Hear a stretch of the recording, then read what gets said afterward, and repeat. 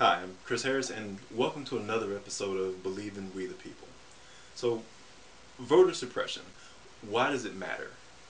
Is it so much the racial impact of voter suppression and the disenfranchisement of minorities, or is it something bigger than that?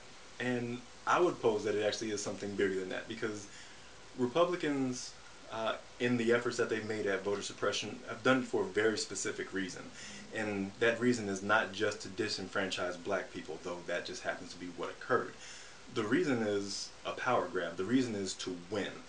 The reason is exactly what happened in 2012 as a result of laws that have been passed since 2010 and the election of 2010 bringing Republican governors and legislatures into key battleground states that typically go blue. And what you saw there was that even though Democrats won the House by 1.7 million in the popular vote, they did not gain enough seats to actually take control of the House.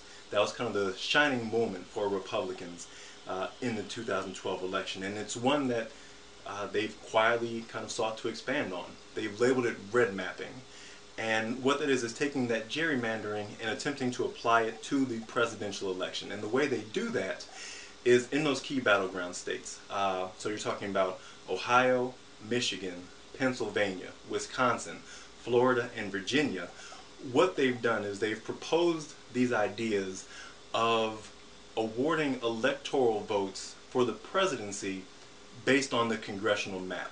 So you only get the electoral votes for the congressional districts that you win.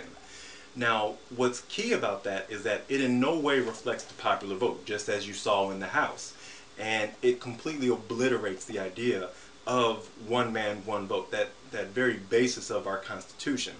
But what it would do is it would guarantee control. It would help to lock in power in part of one branch of government and complete control of the executive branch.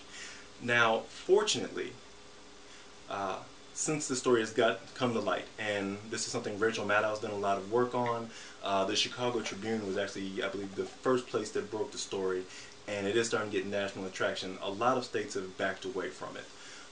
Really, the only one that is still a possibility in, at least based on what's being said right now, is Michigan, because Michigan's kind of proven that they're just crazy enough to do it. They aren't truly concerned about the will of the people. And really what I'm just trying to do here with this is just be a part of the echo chamber and help to get this story out here. You know, if you happen to be a friend of mine, so you're watching this, but you really don't usually pay attention to politics, I want you to know this is what's going on, so that, you know, next time you maybe hear one of your friends talking about they vote Republican because they value freedom.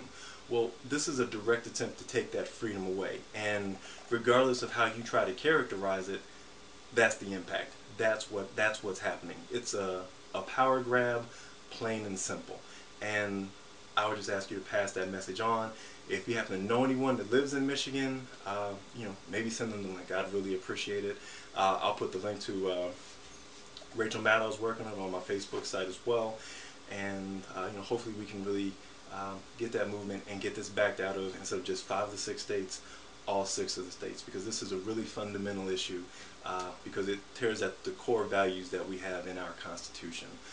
So with that, that's exactly what I'm asking for, as always, for you to believe in that Constitution, for you to believe in we the people, and to make sure that your voices are heard. Thank you.